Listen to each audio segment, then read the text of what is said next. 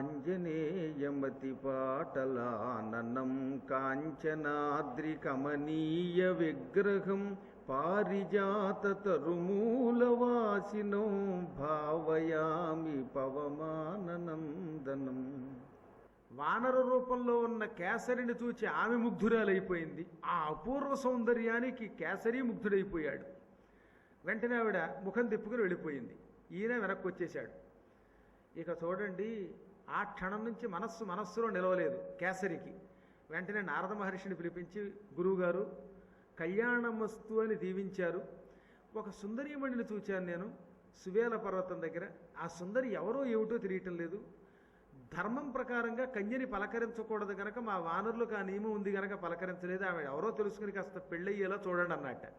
ఆయన చిరునవ్వు నవ్వి, మా ప్రయత్నమే అది నాయన, ఆవిడే కుంజరుడి యొక్క పెంపుడు కూతురు అంజనాదేవి, మేము ఆమెను నీకిచ్చి వివాహం చేయాలని ప్రయత్నిస్తున్నాం, నువ్వు ఇక్కడే ఉండని బయలుదేరి కుంజరుడి దగ్గరికి వెళ్ళాడు. ఏం కుంజరా, ఆలోచన అయ్యిందా అన్నట్ట. నాదేముందండి, మా అమ్మాయిని పిలిచి అడుగుదామని. అమ్మాయి అన్నాడు. అంజనాదేవి వచ్చింది. ఎవరో కేసరి అనే ఒక వానరుడు ఉన్నట్ట. ఆయన నిన్ను వివాహం చేసుకుంటానంటున్నాడు, నీకు అంగీకారమేనా అంటే ఆవిడ ఆనందం తట్టుకోలేక, ఎందుకంటే కేసరిని చూచింది. ఆయన కేసరి అని ఆవిడికి ఎందుకు తెలుసు అంటే కామరూప విద్య తెలిసిన మహాత్మురాలు. అందుకని కళ్ళు మూసుకుని అతడు కేసరి అని కనిపెట్టింది. నాన్నగారు మీరు ఆ మాట అన్నాక కాదంటానా, అలాగే కానివ్వండి అంది. ఇంక మళ్ళీ రెండో మాట లేదు. భగవంతుడి అనుగ్రహం అనమాట. ఆయన సంతోషపడిపోయి, మా అమ్మాయి కూడా కేసరిని వివాహం చేసుకోవడానికి ఒప్పుకున్నది, అతడు ఒప్పుకున్నాడు. కాకపోతే ఒక్క ఇబ్బంది, మా అమ్మాయి నరస్త్రీ, మేము వానర దంపతులం, అవతలవాడు వానరుడు. ఇప్పుడు ఈ నరవానర వివాహం ఎలాగా అని ఆలోచిస్తున్నాను అనగానే, అమ్మాయి ఒక్కసారి వానర రూపం ధరించు అన్నాడు నారదుడు. ఆ క్షణమే ఎర్రని మూతితో కామరూప విద్యతో అపూర్వమైన వానరాకారం ధరించింది. వానరీ అయిపోయింది అనమాట. ఆడుకోతిగా మారిపోయింది. అలా మారింది అంజనాదేవి. అసలు కోతిగా ఉన్నా కూడా ఆవిడ చాలా అందంగా ఉంటుందట. అసలు కోతుల్లో కొన్ని భలే అందంగా ఉంటాయిలండి. కొంతమంది మనుషులు కోతుల్లో ఉంటారు, కొన్ని కోతులు మనుషుల్లో ఉంటాయి. ఆవిడ పరమసుందరీమణిగా ఉన్నది. వెంటనే నారదుడు శుభముహూర్తం పెట్టాడు. వైశాఖ మాసంలో శుక్లపక్షంలో ఏకాదశి నాడు కళ్యాణ ముహూర్తం. ఆ రోజు శుక్రవారం కూడా కలిసి వచ్చింది వాళ్ళ అదృష్టవశాత్తు. చెప్పేగా ఈ కథ అంతా ఏమిటో తెలియని విచిత్రం అంతా వైశాఖ మాసం చుట్టూ నడుస్తుంది. ఆ వైశాఖ మాసంలో శుక్లపక్షంలో ఏకాదశి నాడు నారదుడు, తుంబురుడు, సనక సనందనాథులు, వశిష్ఠుడు, వీరితో పాటు బృహస్పతి, బ్రహ్మదేవుడు కూడా అక్కడికి చేరాడు.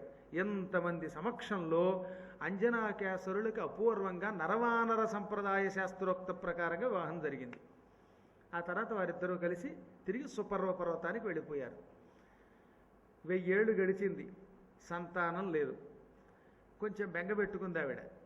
పిల్లలు లేకపోతే అన్నిటికంటే పెద్ద బెంగ. కొంతకాలం పెళ్ళి అవ్వలేదని బెంగ. కొడుకులు కల్గుదాకా ఒక కొన్ని దినంబులు చింత నందనుల్ పొడమినా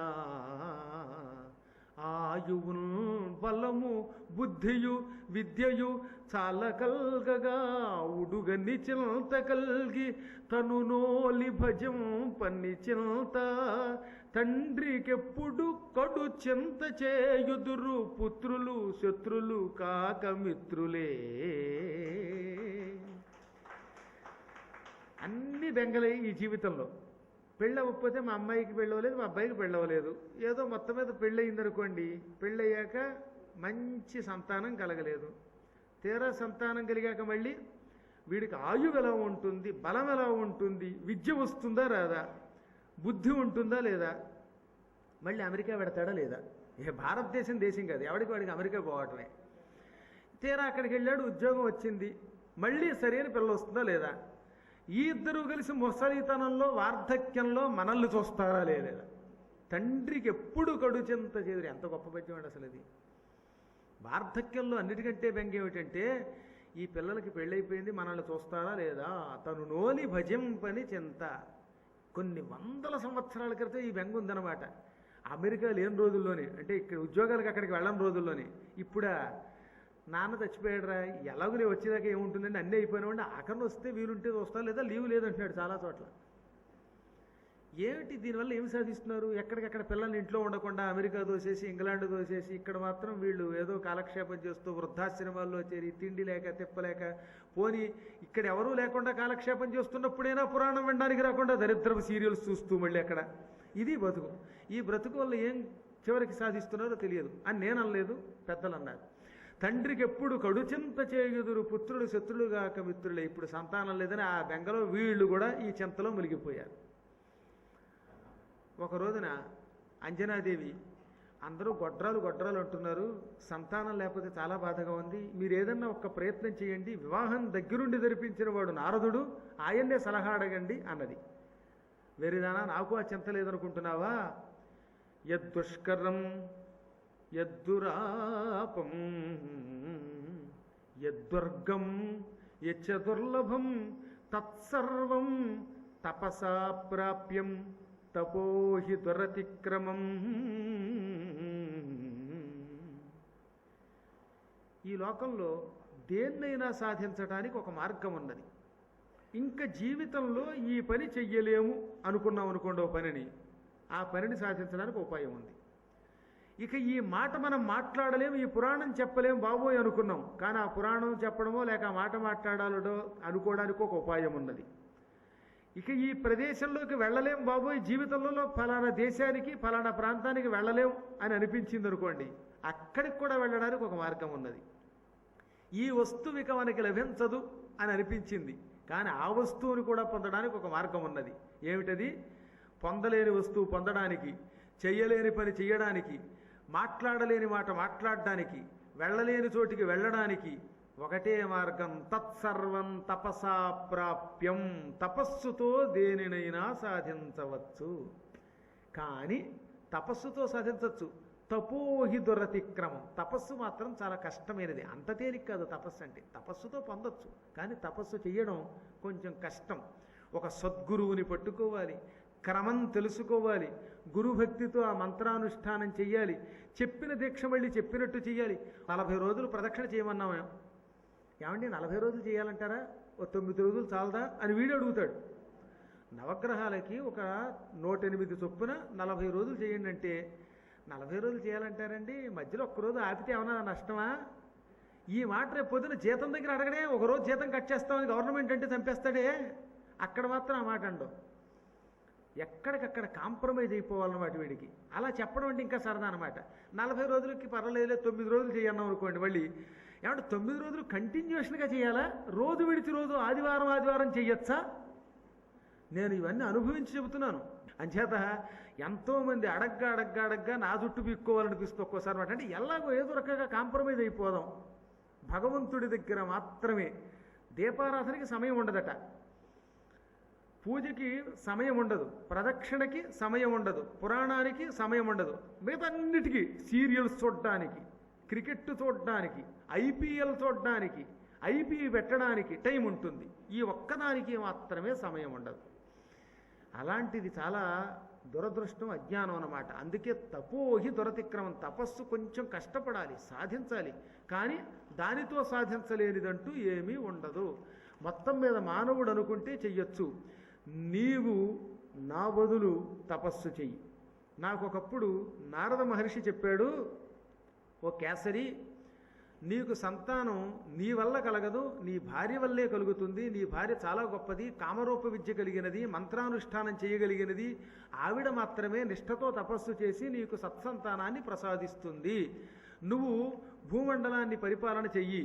నువ్వు తపస్సుకు వెడితే ఆ సమయంలో కొంతమంది రాక్షసులు విజృంభిస్తారు. కాబట్టి నువ్వు పరిపాలన చేసి నీ భార్యని తపస్సుకు పంపితే ఆమె తపశ్శక్తితో నీకు మంచి పుత్రుణ్ణి ప్రసాదిస్తుందని చెప్పాడు. ఇప్పుడు నాకు అది నిజం అనిపిస్తున్నది. నువ్వు మారు మాట్లాడకుండా ఇప్పుడే నారదుణ్ణి పిలిపిస్తాను. పంచాక్షరీ మంత్ర జపం చేసుకుంటూ వెంకటాద్రికి వెళ్ళు. ఆ మధ్య పర్వతం దగ్గర కఠోర తపస్సు చెయ్యి, ఆ తర్వాత సంతానం కలుగుతుంది అన్నాడు. ఆవిడ సంతోషించింది. వెంటనే నారద మహర్షిని పిలిచారు. నారద మహర్షి వచ్చాడు. అష్టమి, నవమి, చతుర్దశి ఈ 3 మంత్రదీక్షకి చాలా మంచివి, అమ్మవారి పూజలకి చాలా మంచివి. కొన్ని కోరికలు తీర్చుకోవడానికి ఉపాసనలకి అష్టమి, నవమి, చతుర్దశులే చాలా మంచివి. దుర్గా సప్తశతిలో మార్కండేయ పురాణంలో అష్టమ్యాంచ చతుర్దశ్యాం నవం యాం చైకచేతసః అని ఒక గొప్ప శ్లోకం ఉన్నది. అష్టమి, చతుర్దశి, నవమి ఈ 3 తిథులలో నా మహిమ విన్నా, నా అనుష్ఠానం చేసిన, నా కథ శ్రద్ధగా విన్నా అటువంటి వారిని అనుగ్రహిస్తాను. చాలా ఇష్టం నాకని అమ్మ పదే పదే చెప్పింది. ఇటు దుర్గా సప్తశతిలో మార్కండేయ పురాణంలోనూ చెప్పారు, దేవీ భాగవతంలో చెప్పారు, బ్రహ్మాండ పురాణంలో చెప్పారు. ఇంకా మంత్రశాస్త్రాలలో బాగా తొందరగా ఏదైనా మంత్రం పట్టివ్వాలంటే మళ్ళీ వాటిలో అష్టమికి నెంబర్ 1 ఇచ్చారు. అష్టమి, నవమి, చతుర్దశి 3 గొప్పవైనా అష్టమి నాడు మంత్రోపదేశం పొందినా, అష్టమి నాడు మంత్ర జపం దీక్ష మొదలుపెట్టినా అటువంటి వాడికి సిద్ధి తొందరగా కలుగుతుంది, సాధనలో బాగా పరిపక్వత వస్తుంది. ఎంతెందుకు అష్టమి నాడు మంత్రోపదేశం పొంది జపం చేయడం మొదలుపెట్టిన వాడు అష్టకష్టాలు వచ్చినా దాన్ని సాధించగలుగుతాడు అని శాస్త్రం అన్నమాట. అందుకే నారద మహర్షి ఒక అష్టమి నాడు అష్టమూర్తి అయిన ఈశ్వర మంత్రాన్ని ఆవిడకి అనుష్ఠానంగా ఇచ్చాడు. అమ్మాయి, ఆలస్యం లేకుండా వెంకటాద్రికి వెళ్ళు. అక్కడ శ్రీ, శేషశైలం, గరుడాచలం, వెంకటాద్రి, నారాయణాద్రి, వృషభాద్రి, వృషాద్రి అని పర్వతాల శ్రేణులు ఉన్నాయి. ఆ సప్త పర్వతాల మధ్యలో కూర్చో. అక్కడ ఒక చిన్న సెలయేరు ఉంది, ఒక గుహ కూడా ఉంది. ఆ ప్రాంతంలో గుహలో నివసిస్తూ సెలయేట్లో స్నానం చేసి నిత్యం అర్ఘ్యం సంధ్యావందనం పూర్తి చేసి తదనంతరం మంత్ర అనుష్ఠానానికి వెళ్ళు. ఆ జపం చేసినంతకాలం ఆహారం మాత్రం సేకరించుకో, నిరాహారాలే ఉండు. నువ్వేం చేస్తావంటే రోజు ఉదయం పూట ధ్యానమగ్నురాలువై 2 చేతుల్ని ఎడమ చేతి మీద కుడి చెయ్యి పెట్టుకుని వక్షస్థలానికి దిగువ భాగం దగ్గర పొట్టకి పై భాగంలో ఇలా పెట్టుకో. ఈశ్వరుడు మెచ్చి రోజు నీకు ఆహారం ఇస్తాడు. ఇలా చేతులు పెట్టుకోగా ఆ చేతుల్లో ఏం పడితే దానిని మాత్రమే తిను, ఇంకా తక్కిన ఆహారం సేకరించు. అలా తనంత తాను చేతిలో పడిన ఆహారమును మాత్రమే సేకరించి తపస్సు చేసిన వాళ్ళు కూడా నిరాహారులు అని పిలువబడతారన్నమాట. నిరాహారులు అనేదానికి చాలా నియమాలు ఉన్నాయి. అడగకుండా ఎవడన్నా తనంత తాను ఇస్తే మాత్రమే ఆహారం తింటే వాడు నిరాహారి, అడిగితే అధికాహారి. నాకు గోంగూర పచ్చడి కావాలి, దప్పకాయ పచ్చడి కావాలి, ఆవకాయ కావాలి అని అడిగామనుకోండి, నా కొట్టి వాడు ఎవడన్నా ఆవకాయ అంటే సహజంగా ఆంధ్రులకు ఇష్టం కనుక అప్పుడు వాడు ఆహారి కింద లెక్క. అడగకుండా ఏదైనా ఇస్తే తిన్నాడా వాడు నిరాహారి. ఇవన్నీ నియమాలు. అందుకని నీ అంతటా నువ్వు అడగకుండా చేతిలో పడిన ఆహారమును సేకరించు, అప్పుడు నిరాహారి అవుతావు. ఆ తపస్సు వల్ల నీకు ఒక మహానుభావుడు లోకోత్తర చరిత్రుడు పుడతాడు. అతడి వల్ల నీ వంశమే తరించిపోతుంది. ఎంతెందుకు నీ పేరు జగత్ప్రసిద్ధికి ఎక్కుతుంది. నిజం చెప్పాలంటే ఆంజనేయుడు అంటే అర్థం ఏంటి? అంజనాయాహ అపత్యం పుమాన్ ఆంజనేయ, అంజన కొడుకుని అర్థం. అంజని అనకండి, అంజన అనాలి. అందుకే తెలియక పదే పదే అంజని అంటున్నారే, అది అంజని అనే శబ్దమే లేదు అసలు సంస్కృతంలో. అంజనా, హనుమాన్ అంజనా సూనుహే, అంజనీ సూనుహ్ కాదు. అది తెలియక వచ్చింది. హిందీ సంప్రదాయంలో అంజని అంటారు. అంజన పేరు ఆంజనేయుడి వల్ల ప్రసిద్ధికి ఎక్కింది, కానీ లేకపోతే మనం ఆవిడ తలుచుకుంటామా? అందువల్ల నీ పేరు భవిష్యత్తులో ప్రసిద్ధికి ఎక్కుతుంది, యుగాంతం వరకు భక్తులు నిన్ను తలుచుకుంటారు అని నారదుడు వరమిచ్చాడు, దీవించాడు. భక్తితో గురువుగారిని పూజించింది, పాదాలకు నమస్కారం చేసింది. శుభముహూర్తంలో మంత్రానుష్ఠానాన్ని చేయడానికి 7 కొండలకు బయలుదేరింది. గురుభక్తితో నారద మహర్షిని ఆశ్రయించి కేసరి అనుజ్ఞ తీసుకుని వెంకటాద్రి చేరింది అంజనాదేవి సత్సంతాన ప్రాప్తి కోసం. గురువుల అనుగ్రహంతో మంత్రజపం చేస్తే కలిగే సంతానం సత్సంతానం అవుతుంది, కీర్తి పొందుతుంది. సహజంగా సంతానం కలగడం వేరు, ఆ సంతానం కీర్తి పొందిన సంతానం అవ్వడం వేరు. పిల్లలు అందరికీ పుడతారు, ఏదో చెదలు పుట్టినట్టు పోతే ఉపయోగం ఉంది. పుట్టిన పిల్లవాడు జగత్ప్రసిద్ధికి ఎక్కి తల్లిదండ్రులకి కీర్తి తెచ్చిపెట్టాలి, వాడు కీర్తి పొందాలి, ఉన్నంతకాలం వాడి గురించి అందరూ చెప్పుకోవాలి. అటువంటి సంతానమే సత్సంతానం అంటే. అటువంటి సంతాన ప్రాప్తి కోసం వెంకటాద్రిలో ఒక గుహ దగ్గర చేరి ఓ చెట్టు కింద కూర్చుని రాత్రి గుహలో నిద్రిస్తూ పగటిపూట చెట్టు కింద కూర్చుని ఆవిడ తపస్సు చేసేది. అంజనా పుత్రమిచ్చంతి మహాబల పరాక్రమం తపశ్చచార సుమహన్ నియతేంద్రియమానస. అంజనాదేవి కొడుకుని కోరుకుని మహాబల పరాక్రమాలు కలిగిన కొడుకుని కోరుకుని వాడు. అందులో కూడా ఏదో పనికి మాలినవాడు, ఎందుకు కొరగాని వాడు కాకుండా కొంచెం గట్టి కొడుకుని, జగత్ప్రసిద్ధికెక్కి బలం కలిగిన వాడిని కోరుకుని చాలా తపస్సు చేసింది. ఇంద్రియ నిగ్రహంతో చేసింది. ఈ మహాతపస్సుకి ఇంద్రియ నిగ్రహం ఉండాలని చెప్పాను కదా. మనస్సుని అదుపులో పెట్టుకుని కఠోర తపస్సుని ప్రారంభించింది. మీకు ప్రారంభంలోనే చెప్పా ఏమని, నారద మహర్షి ఆవిడ్ని వెంకటాద్రికి వెళ్ళి సంతానం కోసం తపస్సు చెయ్యి అని చెప్పినప్పుడు నీ అంతట నీవు ఆహారం కోరుకోకు. ఏదైనా ఒక వస్తువు నీ చేతిలో తనంత తాను వచ్చి పడితే ఆ ఆహారాన్ని మాత్రమే స్వీకరించు. దానికి నిరాహార దీక్ష అని పేరు. కోరుకోకుండా చేతిలో పడే ఆహారం తింటే వాడు ఆహారం తిననట్లే. ఎవరైనా ప్రేమతో వచ్చి ఒక వస్తువు తనంత తాను ఇస్తే అది స్వీకరిస్తే దోషం లేదు. ఎవరైనా ఇచ్చినప్పుడు స్వీకరించకపోతే అది అహంకారం. ఒకవేళ వాడు ఇవ్వకపోయినా అడిగి లాక్కుని తీసుకుంటే అది యాచనా దోషం. ఈ రెండు దోషాలు ఉన్నంతకాలం మానవుడు తరించడు. అందుకే ఎప్పటికి కూడా మీతోటి రాముడు గుహుడు లాంటి వాళ్ళు ఏదైనా ఇస్తే ఎందుకు తీసుకున్నాడు? నిరహంకార స్థితి. వాడు తనంత తాను ప్రేమతో ఇస్తే నేను మహారాజును, నువ్వివ్వడం ఏమిటి, నేను తీసుకోవడం ఏమిటి అని ఎక్కడ అహంకరించకుండా ప్రేమతో ఇస్తే స్వీకరించాడు. అది రూపాయి అవ్వచ్చు, 10 అవ్వచ్చు, పండు అవ్వచ్చు, నీళ్ళు అవ్వచ్చు. అది ఏదైనా పత్రం పుష్పం ఫలం తోయం యోమే భక్త్యా ప్రయచ్చతి తదహం భక్తి ఉపహృతం అస్నామి ప్రయతాత్మనః అని భగవంతుడు పదే పదే చెప్పాడు. ఎవరైనా భక్తితో ఇస్తే అది ఒక ఆకైనా, పుష్పమైనా, నీరైనా, ఏదైనా సరే భక్తితో ఇచ్చాడు కాబట్టి స్వీకరిస్తాను. అదే కొండంత కింద భావించి ఆహారంగా స్వీకరిస్తాను. అస్నామి అంటే తింటాను, స్వీకరిస్తానని అర్థం. అలా కాకుండా ఏమాయి నువ్వు ఇంత తేలేదేం, కొండంత బంగారం తేలేదేం, కవచం తేలేదేం, పళ్ళు తేలేదేం అని అడిగితే అది దోషమే. అందుకని జ్ఞానులకి, అందులో ముఖ్యంగా జపం చేసేవారికి ఈ నియమం ఏమిటంటే అయాచితంగా వచ్చేదానిని కాదనకూడదు, కావాలని అడిగి లాక్కోకూడదు. అందువల్ల అది కూడా ఒక రకమైన నిరాహార దీక్ష కనుక నారద మహర్షి అంజనాదేవికి స్పష్టంగా చెప్పాడు, ఎవరైనా తనంత తాను నీ చేతిలో పారేస్తే, ఏ గాలికైనా ఓ పండు ఆకో చేతిలో పడితే దాన్ని స్వీకరించు, నువ్వు మాత్రం ఎవరిని అడక్కు. అలా ఆహారం స్వీకరించి తపస్సు చెయ్యన్నాడు. ఆమె అలాగే ఓ వృక్షం కింద కూర్చుని కఠోర నియమంతో జపం చేసేది. ఈ ఎడం చెయ్యి కింద, కుడి చెయ్యి పైన పెట్టి. రోజు వాయుదేవుడు ప్రేమతో ఈ మహాత్మురాలు తపస్సు చేస్తోంది, ఈవిడికి ఏదో ఒక ఆహారం ఇవ్వాలి అని ఓ పండుని పట్టుకొచ్చి చేతిలో వేసేవాడు.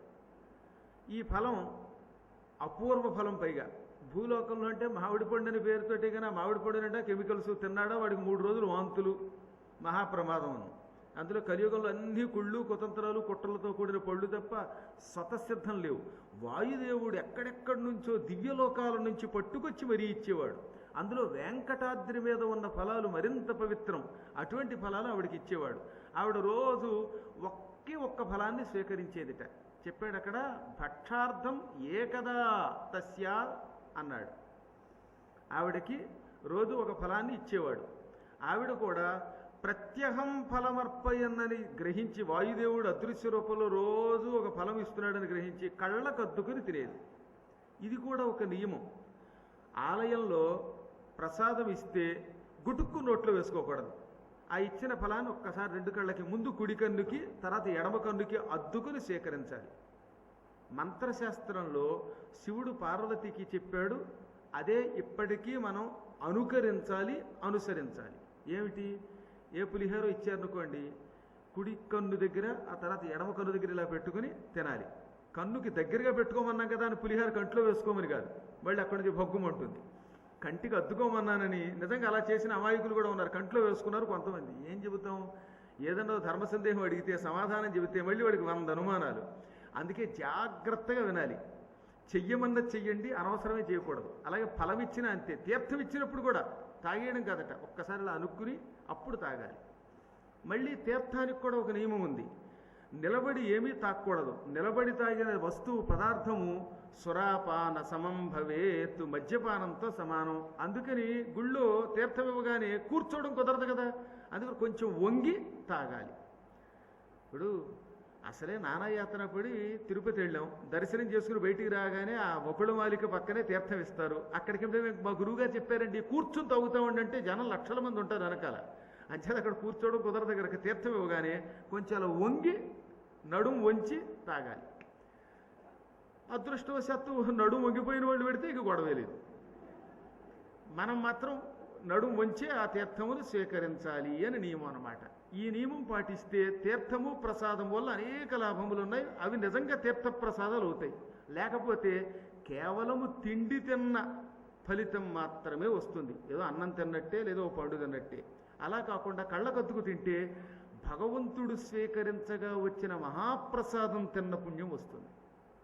అందుకని ఇవి రోజు భక్తితో కళ్ళకద్దుకొని ఆ ప్రసాదాన్ని స్వీకరించేది.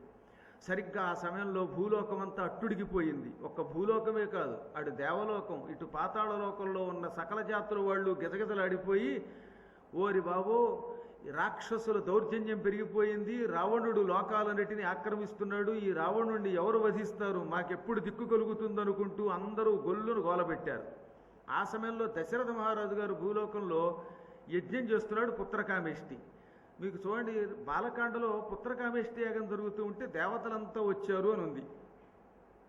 కానీ మనకి సినిమా వాళ్ళు కథల వాళ్ళు ఏమంటారో తెలుసా, దేవతలే వైకుంఠానికి వెళ్ళారని చెబుతారు. ఉట్టి అబద్ధం. ఈసారి కొంచెం జాగ్రత్తగా మీకోసం అని గోరఖపూర్ వాళ్ళు కూడా తెలుగు లిపిలో వేశారు రామాయణాన్ని. సంస్కృత శ్లోకాన్ని నాగర లిపిలో కాకుండా తెలుగు లిపిలో వేశారు. అందులో చూడండి, పుత్రకామేష్టి యాగం దశరథుడు చేస్తూ ఉండగా ఋష్యశృంగుణ్ణి అధ్వర్యుడిగా చేసుకుని ఆ సమయంలో దేవతలంతా వచ్చారు. కానీ దేవతలు మానవులకి ఎందుకు కనబడరు అంటే, దేవతలు ఎప్పుడూ అదృశ్య రూపంలో ఆహ్వానించగానే వచ్చి కూర్చుంటారు. ఇంద్రమావాహయామి స్థాపయామి పూజయామి అని కానీ ఇంద్రుడు వచ్చి అక్కడ కూర్చుంటాడు. ఆ ఇంద్రుడు ఈ కంటికి కనపడ్డు. సకల దేవతలు దిక్పాలకులు బ్రహ్మతో పాటు వచ్చారు. అందరూ కూర్చున్నాక బ్రహ్మదేవుడి దగ్గరకు వచ్చి దేవతలంతా, మహాత్మా రావణుడు విజృంభిస్తున్నాడు, లోకాలన్నిటినీ చీల్చి చెండాడుతున్నాడు, పరమకాముకుడు, వాడి పరిపాలనలో స్త్రీలకి భద్రత లేదు, ఋషులకి అసలు భద్రత లేదు, యాగాలు ఆగిపోయాయి, దుష్కర్మలు పెరిగిపోయాయి, వీణ్ణి సంహరించి మాకు రక్షణ కలిగించేవాడు ఎవడున్నాడు బాబోయ్ అని గట్టిగా మొరపెట్టారు. సరిగ్గా బ్రహ్మ దగ్గర వీళ్ళంతా మొరపెడుతూ ఉంటే ఆ సమయంలో శ్రీ మహావిష్ణువు కూడా యాగానికి వచ్చాడు. త్రిమూర్తులు లేని యాగం యాగం కాదు. అంచేత విష్ణవే యదన్నమమా అనవలసిందే హవిస్సు. విష్ణు ఆఖరణ వచ్చాడు అందరికంటే. ఆ మహాత్ముడు రాగానే భక్తితో అందరూ లేచి నిలబడి సాష్టాంగ నమస్కారం చేశారు. అంటే యజ్ఞం యజ్ఞం కిందే సాగుతోంది, వీళ్ళ సంభాషణ వీళ్ళది సాగుతూనే ఉంది. అందరూ ఆయన పాదాల మీద పడి, ప్రభు లోకాలన్నీ అట్టుడిగిపోతున్నాయి, రావణుడి అకృత్యాలకి అంతం లేకుండా ఉంది, ఈ లోకంలో ఎప్పుడు ఏ రాజుని చంపుతాడో, ఎప్పుడు ఎవరిని చంపి ఎవరి భార్యలు ఎత్తుకుపోతాడో అని అందరూ భయపడుతున్నాం, దేవస్త్రీలు బయట తిరగాలంటే భయపడుతున్నారు, వీడు పరమనీచుడు, ఆ నీచత్వం తట్టుకోలేకపోతున్నాం, ఈ విధంగా స్త్రీలని ఎప్పటికప్పుడు వాడు ఇష్టం వచ్చినట్టు ఎత్తుకుపోతున్నాడు, పరమనీచుడు క్షుద్రుడు, ఎప్పుడు ఎవరికి ఆయువు మూడుతుందో తెలియదు, కాబట్టి శ్రీమన్నారాయణ నువ్వే రక్షించాలి బావో అనగానే శ్రీ మహావిష్ణువు క్షణకాలం ఆలోచన చేసి, ఈ బ్రహ్మదేవుడు రావణుడికి వరాలు ఇచ్చినప్పుడు రావణుడు అహంకారంతో దేవతల వల్ల, రాక్షసుల వల్ల, యక్షుల వల్ల, కిన్నరుల వల్ల, కింపురుషుల వల్ల, దైత్యాదుల వల్ల, గరుడుల వల్ల, సేనుల వల్ల, సాధ్వుల వల్ల ఎవరి వల్ల మరణం లేకుండా వరం కోరాడు. ఒక్క నరులను మాత్రం వాడు విస్మరించాడు. ఈ మానవుల లెక్క వీళ్ళని చంపి అవతల పారేస్తాను కాబట్టి మానవులను క్షుద్రులను నేను అసలు లెక్కలోకే తీసుకోను, పరిగణించను, కాబట్టి మానవుల వల్ల తప్ప ఇంకెవరి వల్ల నాకు మరణం లేకుండా వరం కరుణించు, విరించి నీ గురించి తపస్సు చేశాను అన్నాడు.